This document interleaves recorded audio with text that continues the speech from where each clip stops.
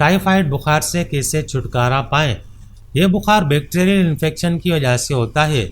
बच्चे बहुत ज़्यादा मुतासर हो सकते हैं या इलाज के बगैर भी वफात पा सकते हैं।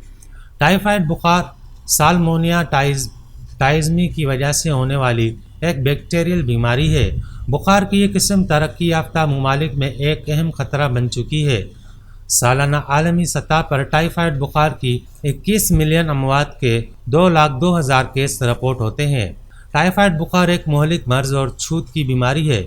जिस शख्स को टाइफाइड बुखार हो जाए उसके जिस्म का दर्जा हरारत 102 से 104 डिग्री फ़ारेनहाइट तक हो जाता है।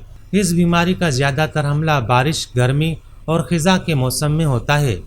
इसके अलावा गंदा पानी भी टाइफाइड का सबब बनता है। ये जरासीम टाइफाइड के मरीज से दूसरे सेहतमंद इंसान में भी मुंतकिल हो जाता है और वो भी इसका शिकार हो सकता है। बाज़ार में पड़ी खुली या ख़राब अशिया खाने से भी इस बीमारी में मुब्तला होने का खदशा ज़्यादा होता है। टाइफाइड बुखार आम तौर पर गुंजान आबादी वाले इलाकों में पाया जाता है। निशानात और अलामत: बीमारी शुरू होने के बाद 7 दिन से 14 दिन के अंदर अलामत ज़ाहिर होना शुरू हो जाती हैं। कुछ बच्चों में 2 महीने तक बुखार आहिस्ता आहिस्ता 39 से 40 डिग्री तक बढ़ता रहता है।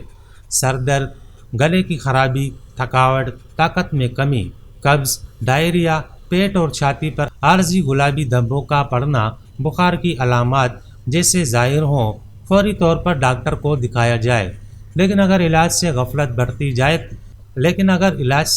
बढ़ती जाती है तो बुखार शदीद पेचीदगी पैदा कर सकता है। वजूहात: टाइफाइड बुखार बैक्टीरिया से पैदा होता है। इन्फेक्शन मरीज का बचा हुआ खाना खाने और पानी पीने से फैलता है। ऐसा मरीज जो गुसल खाना इस्तेमाल करने के बाद हाथ नहीं धोता और दूसरों को खाना देता है वो भी बीमारी फैलाने का सबब बन सकता है। खतरे का अंसर: अगर ऐसे मुल्क में सफ़र कर रहे हैं जहां मयादी बुखार फैला हुआ है तो ख़तरा बहुत बढ़ जाता है।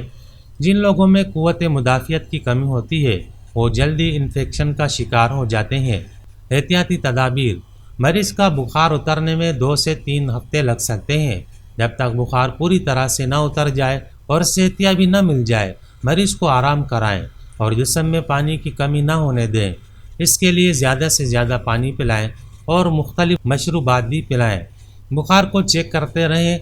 दर्द और बुखार में इफाक़ा होने के बाद भी एहतियात जारी रखें क्योंकि ये दोबारा भी आ सकता है और दोबारा आने की सूरत में बहुत पेचीदगियाँ पैदा हो जाती हैं। मरीज़ को टाइफाइड से महफूज रखने का बेहतरीन तरीका परहेज़ है।